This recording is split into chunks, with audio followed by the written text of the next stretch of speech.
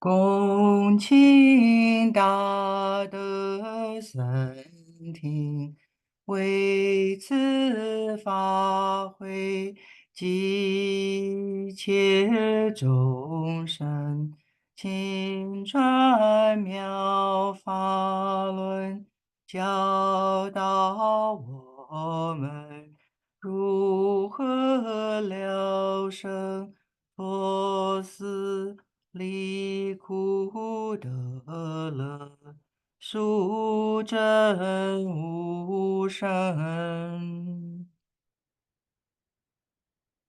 Well, the Sangha with great virtue, out of compassion, for the sake of this assembly and all living beings, please turn the wonderful Dharma wheel to teach us how to leave suffering and attain bliss and end birth and death, and quickly realize non-birth. Namo tassa bhagavato arahato samma sambuddhassa. Homage to the blessed, noble, and perfectly enlightened one. Namo sadanto suchetoye alahati sanmya sanputoche. 无上甚深微妙法，百千万劫难遭遇。我今见闻得受持，愿解如来真实义。Supreme and wondrous Dharma, subtle and profound, rarely is encountered, even in a billion eons. But now we see and hear it and accept it reverently. May we truly understand the Buddha's actual meaning. Namo, quelling disasters, lengthening life, Medicine Master Buddha. Namo, quelling disasters, lengthening life, Medicine Master Buddha. Namo, quelling disasters, lengthening life, Medicine Master Buddha. Namo, quelling disasters, lengthening life, Medicine Master Buddha. Namo, quelling disasters, lengthening life, Medicine Master Buddha. Namo, quelling disasters, lengthening life, Medicine Master Buddha. Namo, quelling disasters, lengthening life, Medicine Master Buddha. Medicine Master does come one. Medicine Master does come one. Medicine Master does come one. Medicine Master does come one. Buddhas, Bodhisattvas, Venerable Master, and all good knowing advisors, Amitabha, welcome back. We've taken a 2-week break, and now we are back, ready to explore the Dharma again using the Medicine Master Buddha Sutra as our foundation. Okay, so today is a special day because today is Guan Yin Bodhisattva's Enlightenment Day. So what I have done is I have compiled some Q&A questions that have been asked to Shufu about Guan Yin Bodhisattva, or Shufu response answers includes Guan Yin Pusat in the answer. So today, half of our lecture, halfway during our lecture, I'll pivot to sharing what are the things that Shufu has to say about Guan Yin Bodhisattva. All right. And before I begin today's lecture, as always, I'm going to ask if anyone has any questions.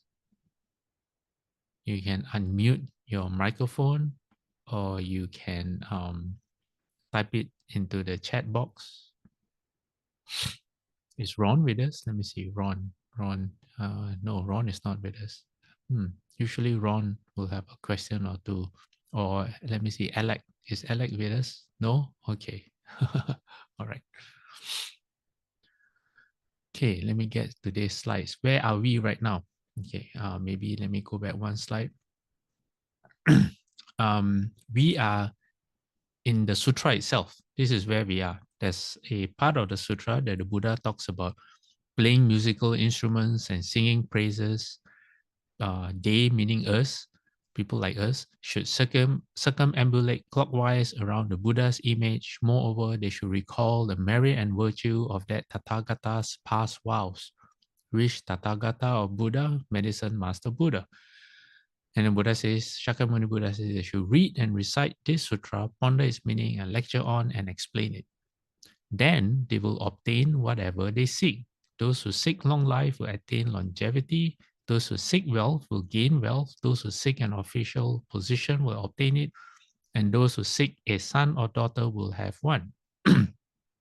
So, this part of the sutra we encountered, I think it's been, what, at least 3 months already. And so what we've done is we've taken this opportunity to look at cause and effect, to look at karma. Why? Because if we want something, we have to take the necessary steps to create the karmic seeds for our future.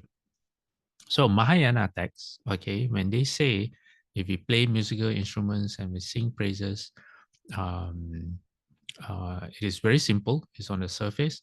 And so what what I did was we looked at a particular sutra, and I'm going to change to the next slide.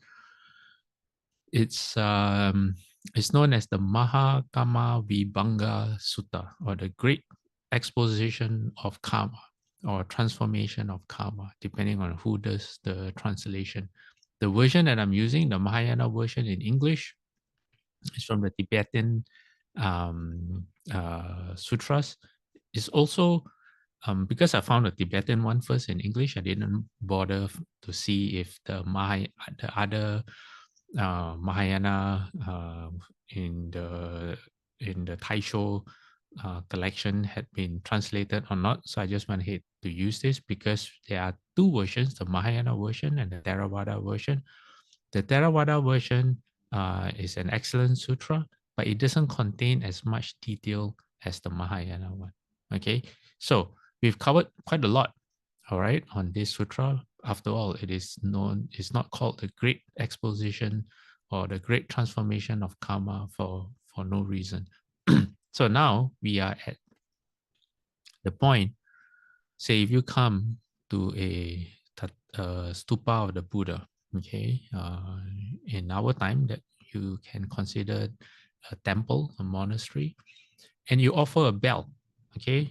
What is a bell? Okay, let me show you what does a bell sound like.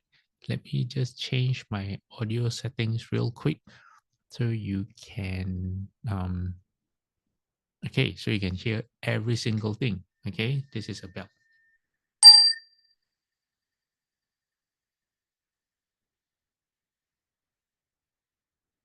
Okay, I'm sorry if that was a bit loud. Maybe I should have warned. On hindsight, I should have warned you all first. Okay, let me. Okay, so that is a bell. How do you offer a bell at a Buddha's stupa? Maybe if you're a monk or nun and you're conducting the ceremonies, you could, or you're playing the Dharma instruments, or you could make an offering of the bell to the temple. All right, you know the temple needs a bell for the ceremonies. So what you just heard was a handbell. There are many different bells in that you can find, especially in the Mahayana temple. So what happens if you do offer a bell? All right, your body will be beautiful and pleasing. All right, you will have a pleasant, melodious voice. Your speech will be pleasing and charming. Your speech will be like the song of the Kalavinga bird. Okay, apparently, all right, the Kalavinga bird, the sound is so nice that even before it hatches, it starts to sing. And it has a heavenly or transcendent sound. And not only that, everyone will listen to what you have to say. Okay. One will become exceedingly happy and filled with delight. You will constantly hear delightful, sublime sounds. You will have great prosperity and possessions. You will be reborn in heaven and you quickly attain complete nirvana. Okay, now, it wouldn't be wrong, okay, to extrapolate from a bell because the sound of a bell is pure. All right, a bell has a very pure, unadulterated sound, especially a good bell. And you could say that um, uh, it reflects the purity of your speech. Because if not, how? Because if you let me go back one slide. For example, it talks about your body be beautiful and pleasing. You have a melodious voice. Your speech will be pleasing and charming, and your people will listen to what you have to say. Okay, so if you're smart enough, okay, or use a bit of wisdom, you don't take it literally, you realize that when you offer a bell, it has to do with the purity of speech. Not only purity of speech, sometimes a bell is used to mean wisdom as well. Okay, so that's why you can get these benefits. Okay, the sutra does not explain the metaphors behind all this. Sometimes it could be literally you just offer a bell, but by now we know that actually Mahayana sutras are very rich in meaning. They have different layers of deeper meaning. Okay, now we go to robes. All right, what will happen if you offer robes? Okay, in terms of robes, when you come across a sutra like the Earth Store Sutra or the Medicine Master Buddha Sutra, and sometimes when they say the offerings are made in six, they won't, the sutra is not explicit, they won't tell you, but they will say something like, okay, you make an offering of incense, and then you make an offering of food, and then you make an offering of let me see, clothes or garments. Basically the six offerings will, or the five offerings will correspond to your senses, the five senses. And it means when they say you make these offerings, it is not the cost worldly material offerings, but it is the purity of your senses, which is a big deal. Okay, how do you get purity of your senses? You have to practice a lot. Your speech, your thoughts, your actions has to be very pure. They don't do anything wrong. Okay, so robes. Okay, robes could be purity of the body. It would not be wrong to also interpret it that way. And what will happen if you offer robes or clothes? Well, you have a fine complexion. Your skin will be soft, silken, and fine. Dust and dirt will be unable to stick to your body. This is like the devas in the heavens. Their clothes will never get dirty and their bodies never get soiled. You will possess fine carpets. In other words, everywhere you go, you feel comfortable. You'll always possess fine clothes that remain soft and durable. You will be conscientious. How do you pronounce that? Conscientious. Is that? Am I pronouncing it wrong? Anyone? No, it's correct, Pastor. Okay, Conscientious. conscientious. Okay, thank you. Somehow when I hear myself say it sounds wrong. Okay, one will be endowed with decorum. Okay, you have, it's a bit like deportment, but in more of a social setting.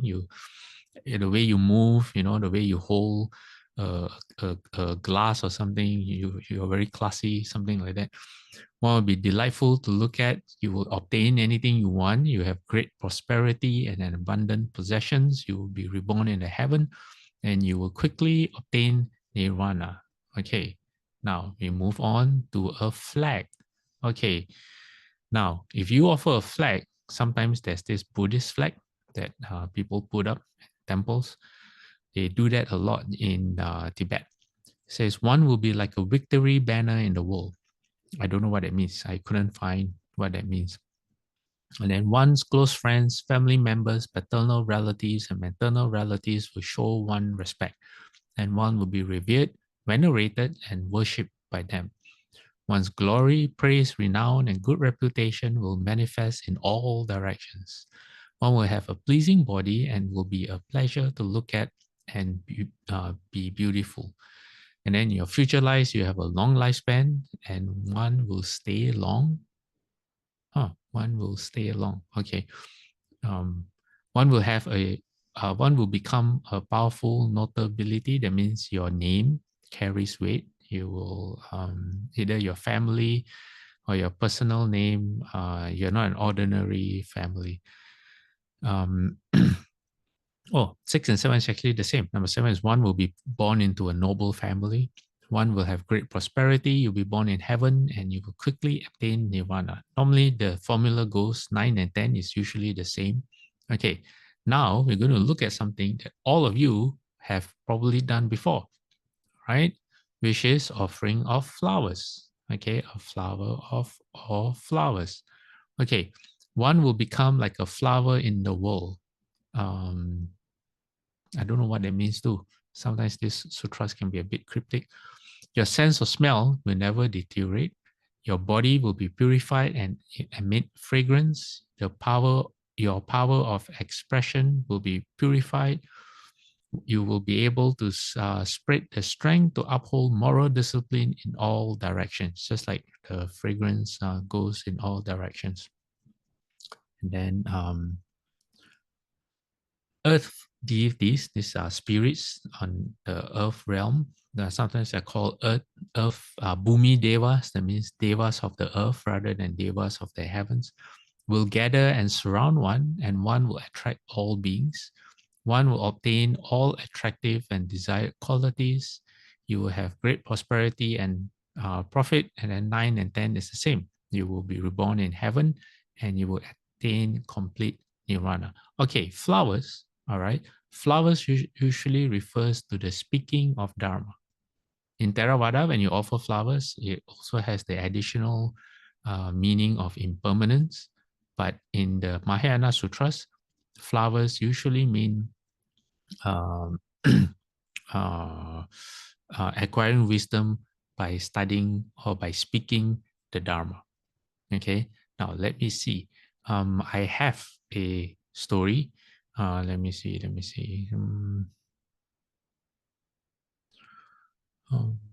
Okay, this offering of flower, right? There's a interesting story regarding a monk who was in the forest. So after his alms round, he had eaten, he had collected, he had gone for alms, came back with the food he had eaten, and then he went for a bath. There was a pond nearby. As he was taking his bath, there was a lotus in the pond, and he noticed the smell of the lotus flower. So there was a spirit of the in the forest, okay, and the spirit of the forest wanted to help the monk, wanted to benefit the monk. So he wanted to make him feel ashamed. Why? Because I think he was enjoying the aroma, the fragrance of the lotus flower. So she told him, she said, this flower, which was not given to you and which you are smelling, you are stealing its scent. You are a robber of perfume. So the spirit accused him of stealing the flower scent. So the bhikshu said, but I'm not taking it. He said, I'm not breaking it. I'm not damaging the flower in any way. He says, he is saying, I'm just minding my own business. It's the fragrance that comes by my nose and what he's supposed to do, stop breathing? No, right? So he says, why then do you call me a perfume thief? Then he said, there are people who come here all the time, and the people who come, not only do they make a ruckus, they don't respect the quietness of the forest, but they take anything they want, and they also take the flowers from the pond, the lotus flowers. They take the roots and they destroy the plant. And why do you not call them out? Why, when people behave that way, you don't say anything, but I'm just here minding my own business. the, the fragrance happens to pass by my nose and you're calling me a thief. So the spirit said, people like that, they are full of cruelty, they are stained. And so it's like, that's their nature. They're like, something like, you can't blame a monkey for acting like a monkey, because a monkey has the nature of a monkey. So she said, that's why I leave them alone. She's not interested in trying to help, because if you help people like that in that way, they don't appreciate it. He says, but for you, you are supposed to be a stainless man. A stainless man means someone who is pure. Your aim is to seek purity. So when I see that you are enjoying the fragrance of a flower, then because of your intentions, I'm here to point it out to you. So the monk became shameful, and he said, oh, spirit. Interestingly, okay, in the sutra, he calls the spirit yaksha. Yaksha is usually like a fierce spirit.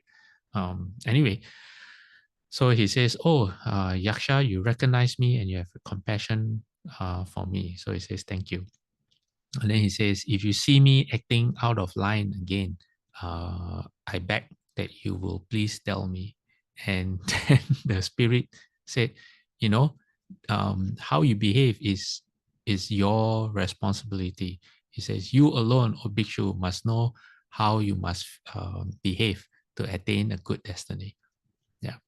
So that's the story about monks. Yeah. So when monks go around, they have to be very, very careful of what they smell or what they don't smell.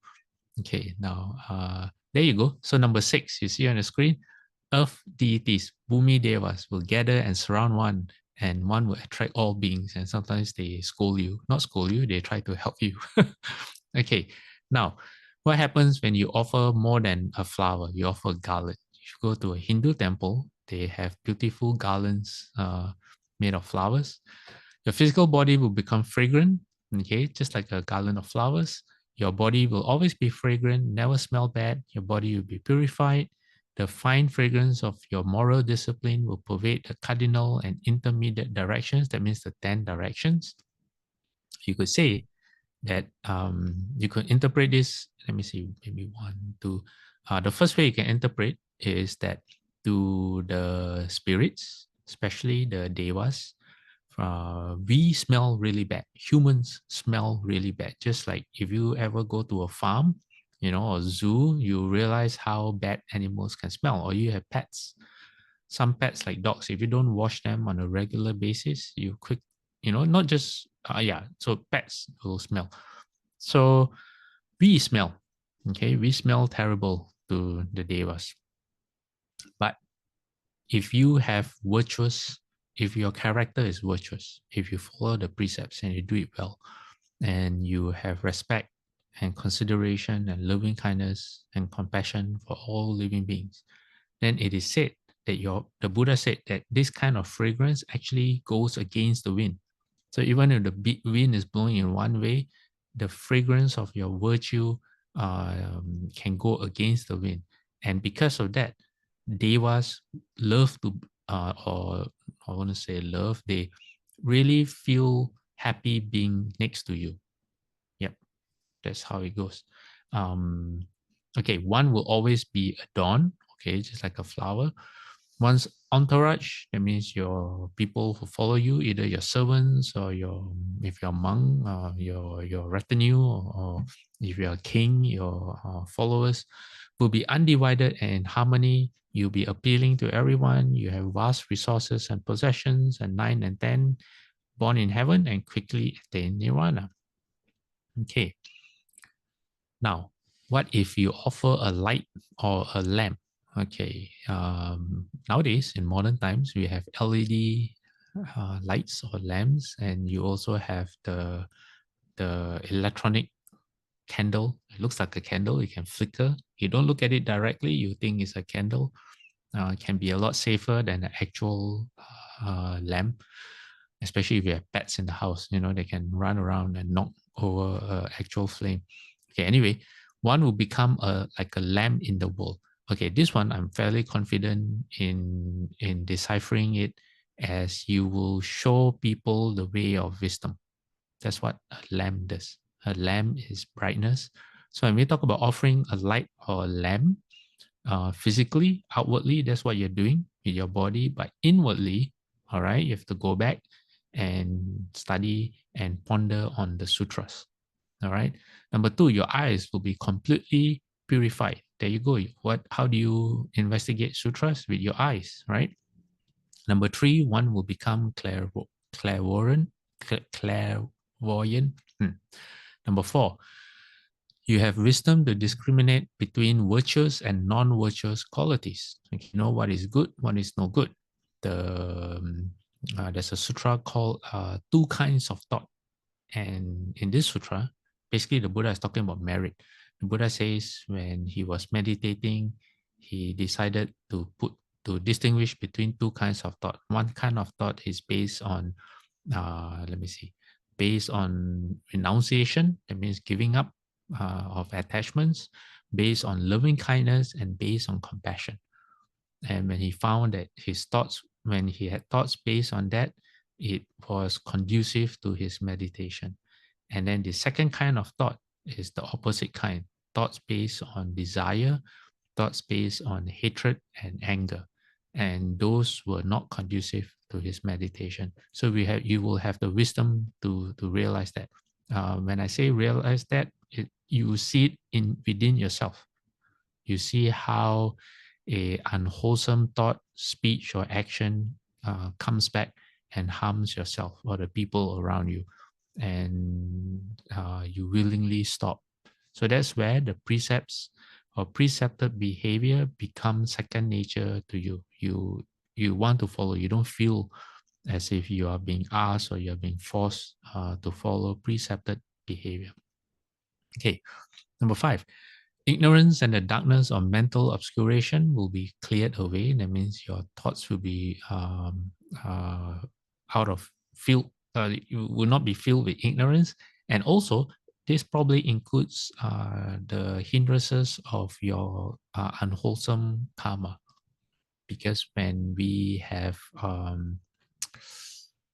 how you say, our past unwholesome karma makes us blind to certain things.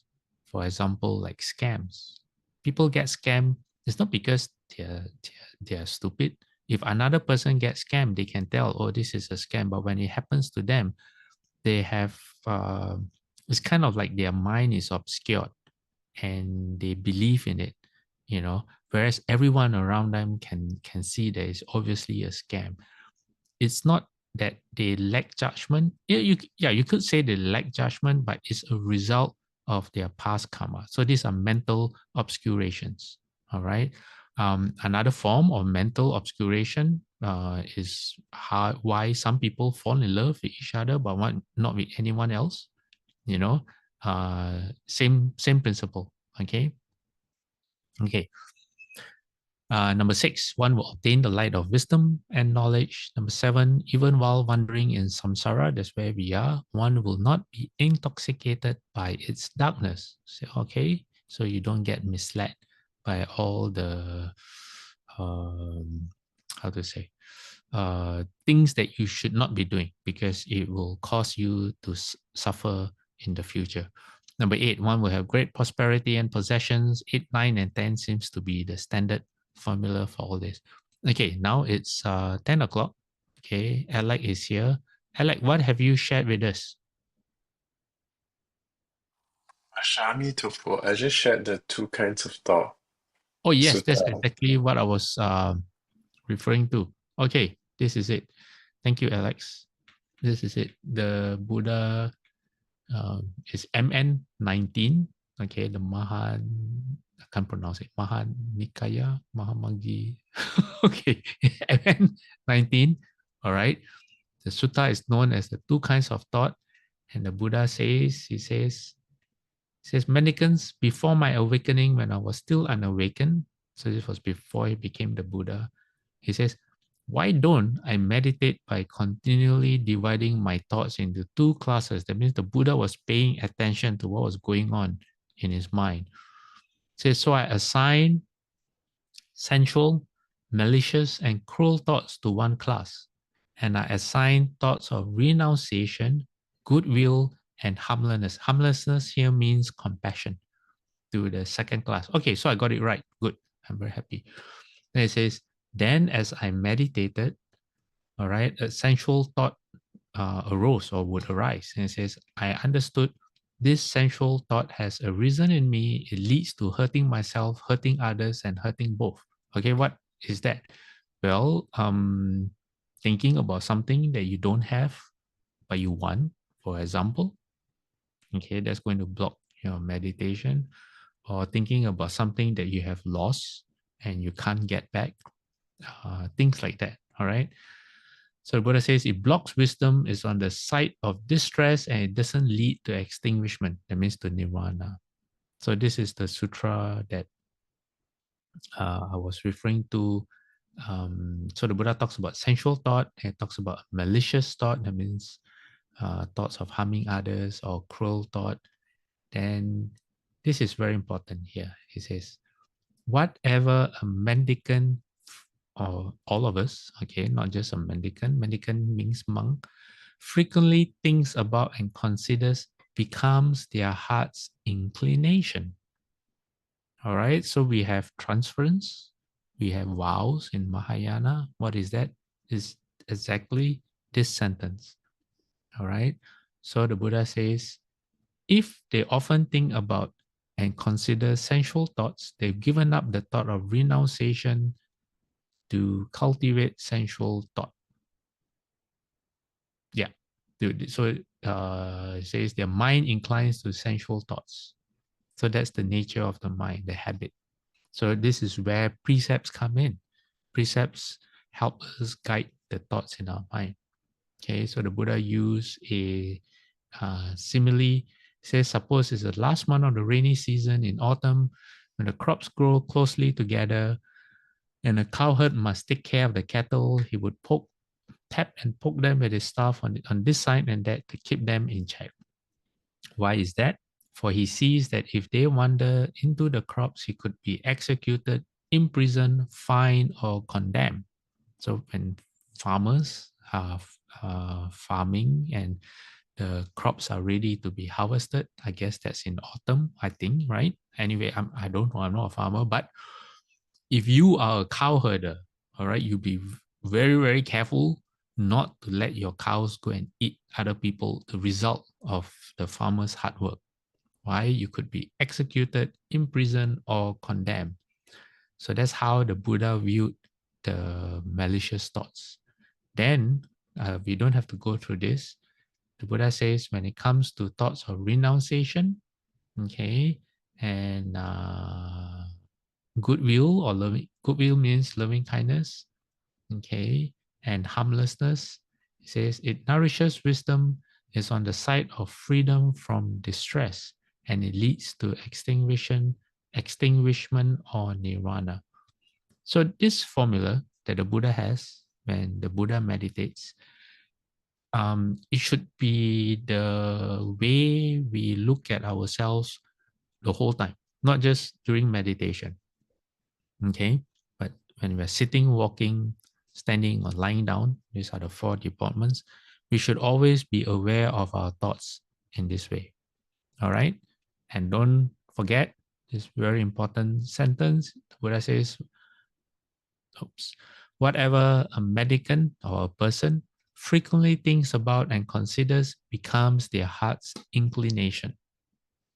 All right, so when in the future, when I get to lecture on the Pure Land through the Noble Eightfold Path, Well, I'm going to introduce this sutra because of this very significant sentence. All right. Okay. Thank you, Alec, for sharing this. Okay. Now, since it's halfway through our time, we are going to look at what Shifu talks about in terms of Guan Yin. Okay. So this is a collection from various different talks. It's not from one particular talk, and I didn't when I was copying and pasting, I forgot um, to note down exactly when Shufu said all this. But if any of you are interested on a particular slide, you let me know later, and I'll try to find it. Okay, if that's important. Okay, so here Shufu says, those of us who recite Guan Yin Bodhisattva's name should not see other people's faults upon seeing them. Always finding others' faults means that your suffering has not ended, and the root of your suffering is not cut off yet. Guan Yin Bodhisattva looks within, while you look at the outside. Guan Yin Bodhisattva looks at his inherent nature, like how the Buddha just explained, the two kinds of thoughts, all right? His inherent nature connects to every living being with electric waves. No matter what living beings are thinking about, he always knows. When we recite Guan Yin Bodhisattva's name, it is not only for our own benefit. Instead, we ask Guan Yin Bodhisattva to respond to and help prevent any disasters from occurring in the world. Okay, so for those of you who make the vow, I vow to save all living beings, you know you can't. Okay, the only way we can do it is in with every single person we meet. Okay, but to save all living beings, not in the way Guan Yin Bodhisattva can. So what you can do is you can transfer the responsibility to Guan Yin Bodhisattva. But how do you do that? You recite his name. Okay, then you tell him, okay, I want to save all living beings. I can't do that now. I'm going to recite your name, so you do that for me. Okay. So Shifu says this, the more sincere we are, the sincerer, is that a word? Sincerer we are, the greater the response. While we are here diligently reciting Guan Yin Bodhisattva's name, we should pray for the people in the whole world and ask Guan Yin Bodhisattva to eliminate all disasters. All right. And Shifu says, this is why this Guan Yin session is very important. A Guan Yin session usually is a week. Sometimes it's 3 days. Usually it's a week. And then you start in the morning about 7, depending on the monastery, 7 or 8 o'clock. Usually they recite the Universal Door chapter, the Pumen Pin, and then after that, you do walking and sitting recitation of Guan Yin's name. Okay, coming back to the slide, it says, because you don't understand the Buddha's teachings, you don't comprehend the importance of reciting Guan Yin Bodhisattva's name. By reciting Guan Yin's name, okay, rage turns into joy and the dying revive. If you think these words are false, know that the Buddhas do not lie. All right, so then the Shufu explains what is rage. If you can recite Guan Yin's name when someone is enraged or having an emotional outburst, they will soon become joyful because of Guan Yin Bodhisattva's power. Okay, so for those of you who sometimes someone in your family has a bad temper, you recite Guan Yin's name. Okay, and then let me see. Yes, does someone have a question, something to say? No? Okay, then I'm going to mute you then. Okay, muted. All right. How about the dying revives? Shifu says, you recite Guan Yin Bodhisattva's name for those nearing death, they will be brought back from the age of death. Okay. And Shifu says, if you deny these words, like the sound I just made, like, is that right? Is that really true? Shifu says, know that the Buddhas do not lie. Buddhas don't fabricate or make false claims. The power of Guan Yin Bodhisattva's response is inconceivable. It's beyond our imagination. Really, you have no idea what Guan Yin goes through or what Guan Yin does in order to help living beings. Okay.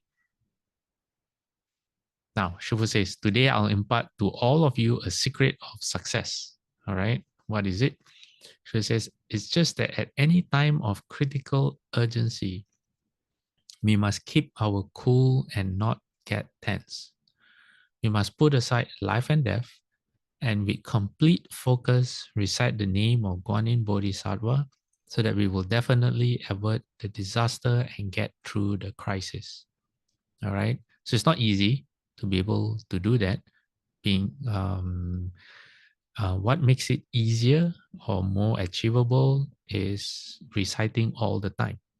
So at times of crisis, at times when other people feel fear, or they think they're going to die, or they panic, or they don't know what to do, then you have a higher chance of keeping your cool, all right, and being able to recite Guan Yin's name. Now, Shufu says, why does Guan Yin Bodhisattva want to mind others' business? Why is she always trying to help people? Guan Yin's name also means the observing the sounds of the world. So Shufu says, why is the use of observing the world sounds all day long? That is because he cannot forsake any living being. He says, you, me, and others. Guan Yin regards all living beings as his own children. So Guan Yin, most people refer to Guan Yin as she, but bodhisattvas are beyond gender. And Guan Yin can appear in not just male or female form, but she can appear in the form of a Buddha, in the form of a Deva, in any form, as long as the form suits the person she's trying to help. Guan Yin has no ego in that sense. Guan Yin doesn't care if you recognize whether it's Guan Yin helping you or not. Yeah. Okay. So Shufu says, if you can think of Guan Yin Bodhisattva, when you are in danger, you will escape unscathed. For example, when you're engulfed in flames, you will not be burned to death. Will you be harmed? You will not be harmed either. So this is in the Universal Door chapter. And recently there was a question in the group whether the sutras are just metaphors or can they be taken literally, because sometimes it is too fantastic to see that it is literal. Well, I have it on good authority that it is literal. Okay, it is very, very literal. Shufu says Buddhas don't lie. Who spoke the sutras? The Buddhas. Shakyamuni Buddha. So it is very literal. But of course, when we explain the sutras, sometimes the literal is difficult to grasp. So we adopt a metaphorical meaning for the literal, but we do not forsake the literal. Okay, either way, it is still correct. But we cannot say it is only metaphorical. That would not be correct. Okay. Shiva says, when you fall into deep water, you will not drown. Even if you cannot swim, you will find yourself reaching the shallow bed. These are some of the responses from Guan Yin Bodhisattva. If you can recite his name when you are in great danger, you will surely receive a response. The Bodhisattva will come to your rescue, provided you have faith in him. Do not doubt him. Okay, what is this faith? Faith sometimes is substituted for sincerity. It means that when you recite, your mind is focused. Okay, you're not, imagine if someone is saying sorry to you. Okay, but as the person is saying sorry, they're also looking at the phone. If the phone rings, they pick up the phone, and halfway while saying sorry, they check the time on their watch, or if they hear a sound, they pause in their speech of sorriness and they look around. Is a person like that sincere? No, they're distracted. You can see that they may think they're sorry, but their mind is elsewhere. They're not focused. So here, when Shufu says you have faith, or sometimes Shufu uses it's translated as sincere, it means you are single-minded in your focus. No matter what's going on, it doesn't impact on your concentration and your focus. Okay, so that's what it means. So when you are single-mindedly concentrated, you will not worry about efficacy, or will your prayers work, will Guan Yin answer or not. Okay, all right. Now, Shifu says genuine cultivators who focus and recite the name of Guan Yin Bodhisattva will enter Samadhi. And then Shifu says the state of Samadhi is as follows. No matter how cold it is, you don't feel cold. No matter how hot it is, you don't feel hot. No matter how thirsty or hungry you really are, you don't feel it at all. It is simply this wondrous beyond words. Some of you, okay, it won't be the same, but you can understand this if, for example, when you have had, say, a headache, okay, you have a headache and then you have something to do, and while you're doing something, you actually forget or you stop paying attention to your headache, and the headache doesn't bother you. It's as good as if you were not sick or you didn't have the headache. But then after the task is finished and you realize that, wait a minute, I actually do have a headache and the pain comes back. Okay. It is very different from what Shifu is saying. Okay. But you get the idea. Okay. When you're in Samadhi, when you're truly focused, you don't have to be sitting in meditation. You don't. You can be walking around. You can be eating. You can even be speaking to someone. But you, how you say, you are free of any afflictions or suffering. You are in control of yourself. Okay, all right.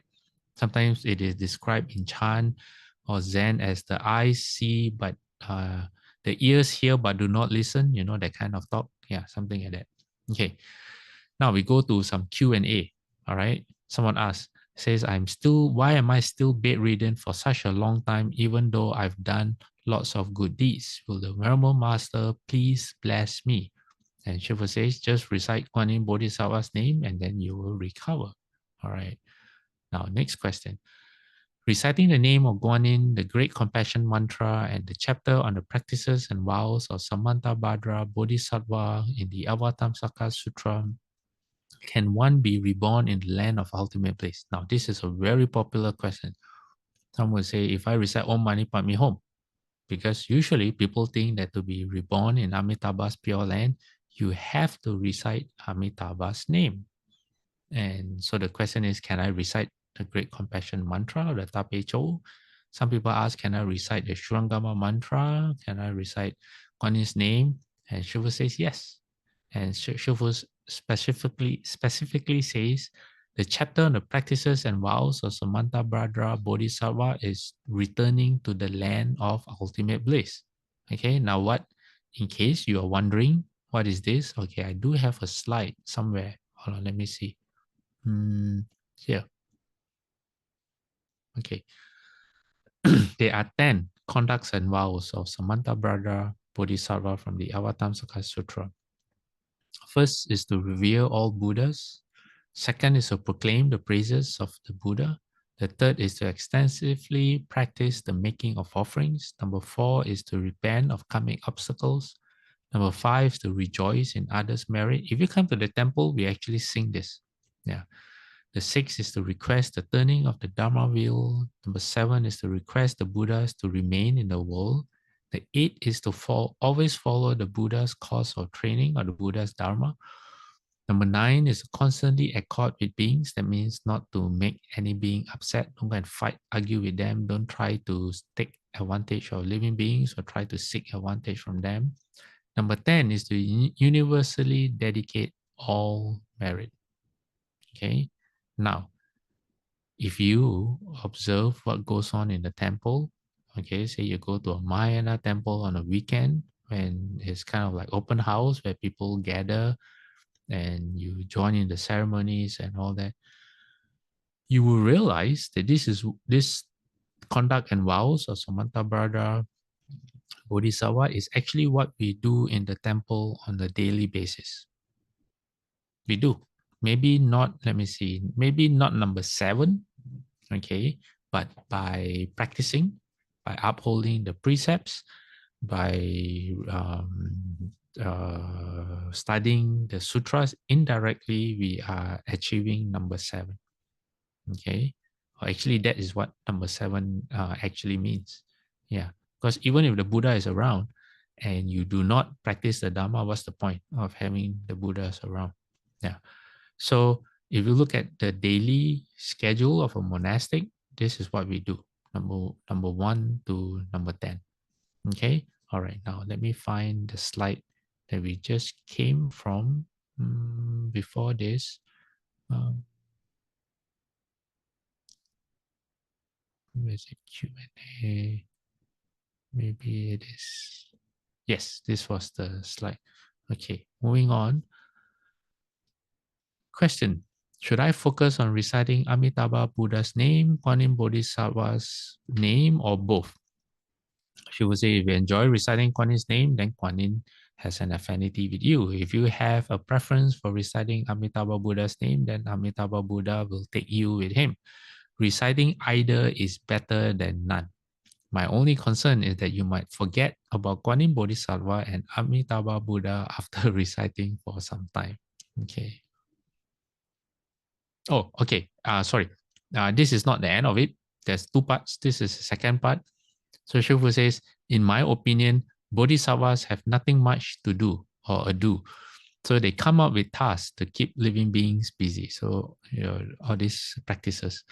They don't have any money for you, so they teach you to recite the Buddha's name, not costing them anything, nor taking you much effort. This is one of Bodhisattva's Dharma methods for teaching living beings. Now, next question. Why was my first marriage a failure and my second marriage even worse? Says, don't get married then. Recite Guan Yin's Bodhisattva's name more. Okay. You can imagine if it was in front of a large crowd. People laughing. Okay, another question. My son and daughter-in-law are very unfilial to me.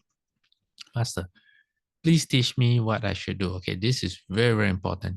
Okay, Shufu says, repent of your past harmful karma towards them in your heart every day. Causes from your past lives have become the effects in your present life. Constantly recite Guan Yin Bodhisattva's name. Don't harbor hatred, and the animosity between you will gradually resolve.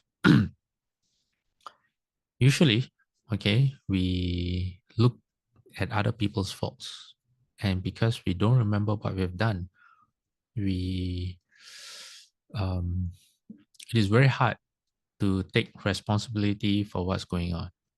But from the point of view of cause and effect, which we've been taking several weeks to look at cause and effect, when bad things happen to us, it is because of something that we've done. And if you have a bit of wisdom from the sutras, you will realize that whenever people treat you badly, it is only because you have done the same thing to them before. Okay, it is not by chance. It is not because they are mean. They're not. They don't treat every single person badly. They only very selected people, right? Even yourself, you don't treat everyone badly. You don't treat everyone well. You only treat people well because you like them, and you treat people badly because you don't like those people. And why do you don't like those people? Is because they've done something to you before to cause you not to like them. You think it is causes from this time, or because they are stupid or whatever it is, but those causes have been planted from before. So Shufu here is saying that the only reason people are not good towards you is because of your own causes from your own past life. So the only way it can be resolved is if you repent and if you don't harbor hatred. Because if you don't harbor hatred, then you don't increase the animosity or the feelings from both sides. All right. Okay. Hard to do, hard to accept this kind of advice. But if you can, you will discover that it does have effect. Did I tell you about? I've shared with you all. Okay, about when I was in CDTV, there was a monk there who had a very bad temper.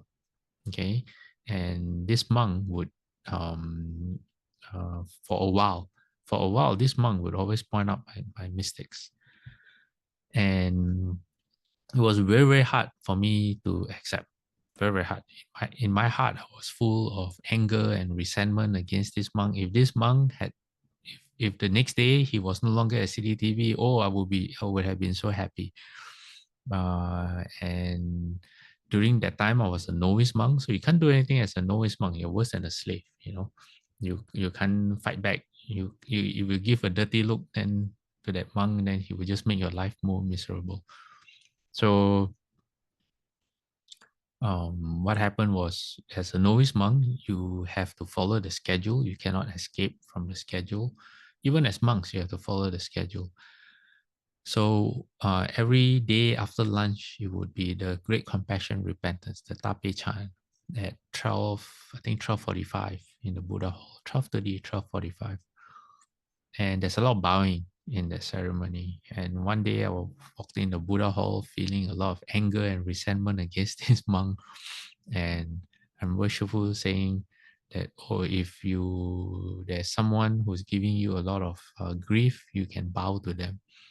So I was never going to bow to this monk in person, forget it. No, my ego and pride too big, ego too big. But in the Buddha Hall, without anyone knowing, I could imagine that I was bowing to him. So I thought, I have nothing to lose. And so I started bowing to, when I bow, I would imagine that he was in front of me.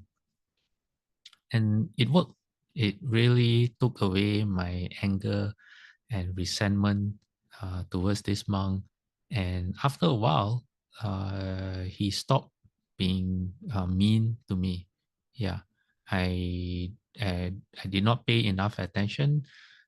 Maybe it was because previously, when he was upset with me, my face would show it, and that would make him more upset. I don't know. And after bowing, maybe that stopped, and that also elicited yes, a change in him. I don't know. Yeah, all I know is that it worked. Okay, now next question.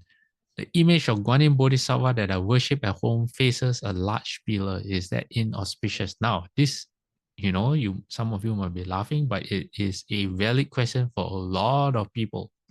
Some people even say that you can't put Guan Yin on a why do I have problems saying words today? A table that is octagonally shaped. Yes. Why? Because there are sharp corners that, like spear people, something like that. So all kinds of people have all kinds of superstitious ideas. And Shofu's question is, where would the Buddha Bodhisattva feel uneasy? Where would he feel uncomfortable? Right? Okay. Now, next question. My grandson is in critical condition in the hospital. What should I do? Recite Guan Yin Bodhisattva's name. Okay. Now you might be thinking, like the next question, how come the master always tells people to recite the name of Guan Yin Bodhisattva? Okay. Shofu says the reason is that demons are powerful while the Buddha Dharma or the Dharma is weak during this Dharma ending age. And Guan Yin Bodhisattva has a great vow to rescue all beings with kindness and compassion. So if you need help, recite Guan Yin's name. So it's not everything recite Guan Yin's name is because, why recite Guan Yin's name? Is because of Guan Yin's vows. All right. Now, next question. My family has often encountered many difficulties. What should we do? And Shuva says, things in one's life go against one's wishes 80 or 90% of the time. Oh my heavens. However, when a car reaches the foot of a mountain, a road forward will appear. Recite Guan Yin's name often until you have a response. So the key here is to be patient. All right, to be patient and don't give up. Okay. Now, the next one. A Buddhist nun has been teaching people a practice associated with Guan Yin Bodhisattva recently. She stresses that we can become awakened in one lifetime. May we ask the Venerable Master whether or not we can become awakened in one lifetime by following the right Dharma? And Shufu's answer is crazy. Okay, now, just about, let me see, 2 hours ago, someone actually sent me a YouTube link and asked me about I don't remember what was the exact question, about the subject that the monk was teaching. And this monk, some of you might know him because he's an ex-disciple of Shufu. This is what the monk does. The monk promises that if you join his retreats, that he will guarantee that you will enter the dhyanas and more. All right. So anyone, who guarantees you results, who preys on greed, I would advise you to stay far, far away from people like that. Why? Because the fact that they can guarantee you something, you just not done. Okay, just stay away from people like that. Okay. Question: we and Guan Yin Bodhisattva are brothers, but Guan Yin Bodhisattva is a sage while we are common people. Sorry, the brothers as a question mark. I didn't say it like there was a question mark. So it's a disbelieving tone. Okay, So how can common people think of themselves as the brothers of a sage? So Shufa said this is the viewpoint of common people. Because you have not deeply entered into the sutra treasury, you do not have wisdom as vast as the sea. The Avatamsaka Sutra says, the Bodhisattva contemplates thus from time without beginning. Living beings and I have been each other's brothers, parents, sisters, and spouses. Okay, this is like the story in the Lotus Sutra, where the parable of the sun. Yeah. Anyway, the parable is like this. A son left home wanting to seek riches and encountered a very difficult time to the point that he forgot that he was actually the son of a very, very rich person. He forgot. I think this is like you forget that you are the son of the richest person in the world. And so the father, being very compassionate, before the son left, the father sewed and hid a precious pearl in the son's clothes so that in case the son needed help, the precious pearl was there to help the son. But the son forgot, and the son went missing for years and years, and the father never stopped searching for the son. Okay, one day the son wandered back near the house, and the father saw the son. But the son was in a terrible state. Mentally the son wasn't quite proper.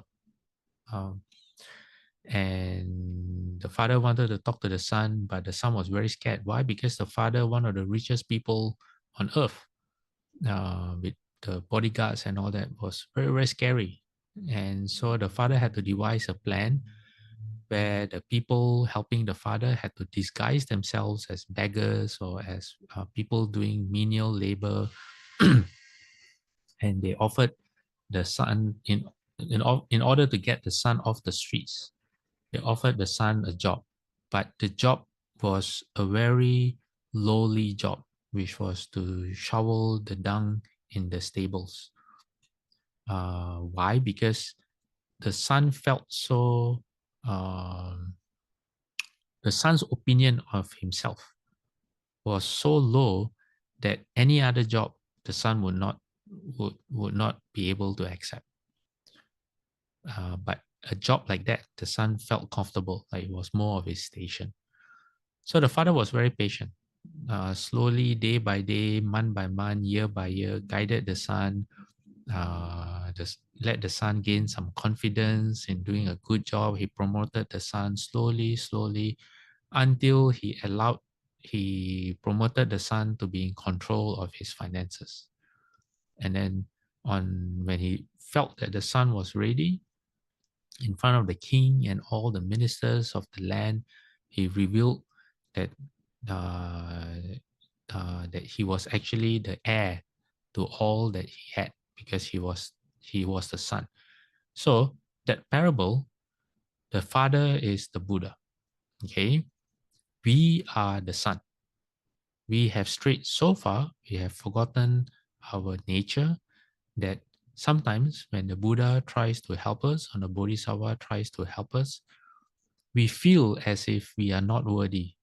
Yeah, if you don't believe what I mean, wait till you get help by a Bodhisattva like Guan Yin or the Buddha, or you actually receive a gift, then you know what I mean. You feel like, oh my God, why am I the one? You feel as if, what have I done to deserve this? And so the parable in the Lotus Sutra is to show us how the Buddhas and the Bodhisattvas regard all of us. It is just us that have fallen so far away that we, even the concept of them seeing us as children or as siblings, we cannot fathom that. That's how far we are away from our true nature. Okay. Now, Shufu says, you raise your disbelief because you do not understand the principles in the Avatamsaka Sutra. Furthermore, in the eyes of a bodhisattva, we are not just common people. When he becomes a Buddha, he regards all men as his father and all women as his mother. Since the Buddha regards all living beings as his parents, what's wrong for me to say that Guan Yin Bodhisattva thinks of all living beings as his brothers or sisters, or as their children? Okay? All right. All right, I know it's time. We just have maybe 3 or 4 more slides. Someone asks, how did Guan Yin Bodhisattva come to be? She will say, ask yourself where you came from. All right? You don't even know yourself. You want to find out about others. This question and the answer, okay, the answer, not the question. The answer has many layers, okay? And these layers are for you to discover. All right? Only then will they become meaningful. Only then will you realize how profound Shufu's answer is. Okay? Should not be explained. It should be discovered. All right. Now, moving on. Today, someone asked me how Guan Yin Bodhisattva used the perfect mastery of the hearing faculty to listen to the inherent nature by listening inwards. This means turning your hearing within. Okay? Inside, not outside. And Shufu says, and I said I would explain it during the lecture. And Shufu says he didn't explain immediately because the answer is very complex. Just like the previous discussion of the many wars in your mind. Shufu is speaking to one particular person. So Shufu explains to direct hearing inwards. Okay, where will you find this? You will find this, I think, in chapter maybe 25 of the Shurangama Sutra. Okay, where all the sages explain the methods that they use to get enlightened, and then Guan Yin Bodhisattva shares his method, that chapter. Okay, now Shufu says to direct the hearing inwards means to return our listening or to reflect the light inwards to contemplate our self-nature. Why is it called light? That means you illuminate inside. All right, illuminate means you find out what's going inside, you discover what's inside. It is as described in the Heart Sutra when the Bodhisattva Avalokiteshvara, that's Guan Yin, was practicing the profound prajna paramita. He illuminated the 5 skandhas and saw that they were all empty. So Shufu says this is listening to the inherent nature by listening inwards. In other words, you meditate. So investigate your inherent nature. Are there any walls there? Direct the light inwards and use your prajna wisdom to illuminate and dispel the darkness. That is also called listening to the inherent nature by listening inwards. That means instead of paying attention outside, you focus inwards. Shiva says your nature is pure and undefiled, but your mind is defiled. The default mind is not your true mind, but the cognizing mind that schemes for self-benefit. Okay, how do you know when you are using your true mind and not your default mind. Okay, earlier Shifu said when it's cold, you don't realize it's cold.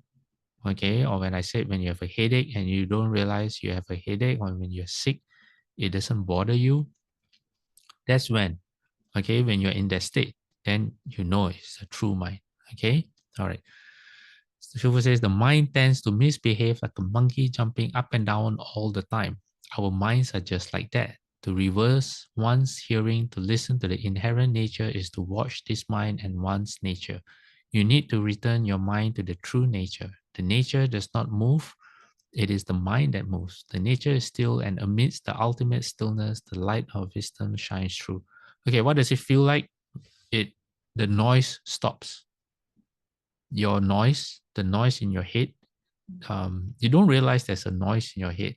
It's a voice. It's the thoughts. It's the thinking. All the trying to figure out what's going on, what to do later, what time you're going to sleep, how much water to drink, what you're going to eat tomorrow. All those thoughts, the noise, the looking at something and the accompanying thoughts that arise with it. All of that noise will stop. It becomes very quiet. And you realize for the first time in your life, if it's the first time, you realize for the first time in your life who you truly are.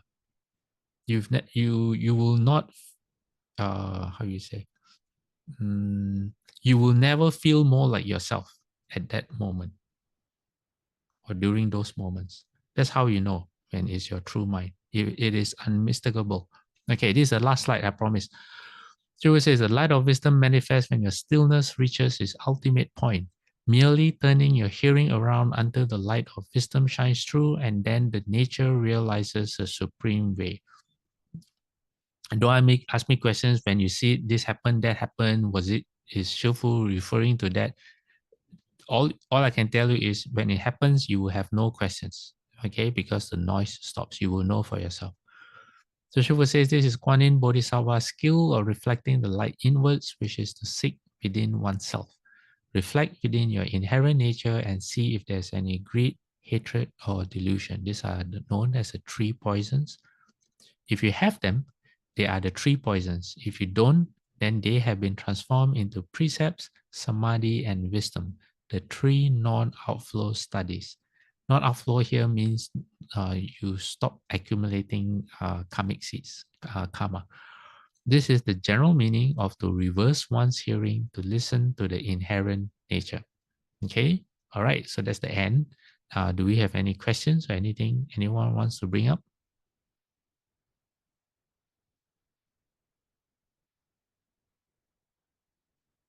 No?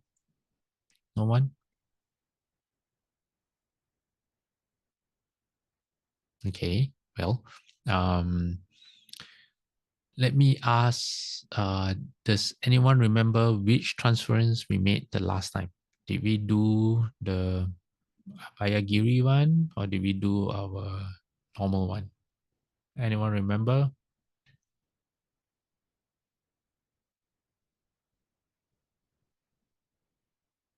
Nobody? Yeah, I can't say anything because I don't remember either. So, okay, let's just do the Abhayagiri one because it's a very good transference. Okay, I'm going to put my palms together. Through the goodness that arises from my practice, may my spiritual teachers and guides of great virtue, my mother, my father, and my relatives, the sun and the moon, and all virtuous leaders of the world, may the highest gods and evil forces, celestial beings, guardian spirits of the earth, and the Lord of Death, may those who are friendly, indifferent, or hostile, may all beings receive the blessings of my life. May they soon attain the threefold bliss and realize the deathless. Through the goodness that arises from my practice, and through this act of sharing, may all desires and attachments quickly cease and all harmful states of mind. Until I realize Nibbana, in every kind of birth, may I have an upright mind, with mindfulness and wisdom, austerity and vigor. May the forces of delusion not take hold nor weaken my resolve. The The Buddha is my excellent refuge. Unsurpassed is the protection of the Dharma. The solitary Buddha is my noble Lord. The Sangha is my supreme support. To the supreme power of all this, may all darkness and delusion be dispelled. Okay, we're going to do 3 bows to the Buddha. Just let me quickly change my sound settings. Okay, all right. 3 bows to the Buddha. Second bow. Third bow. Half bow.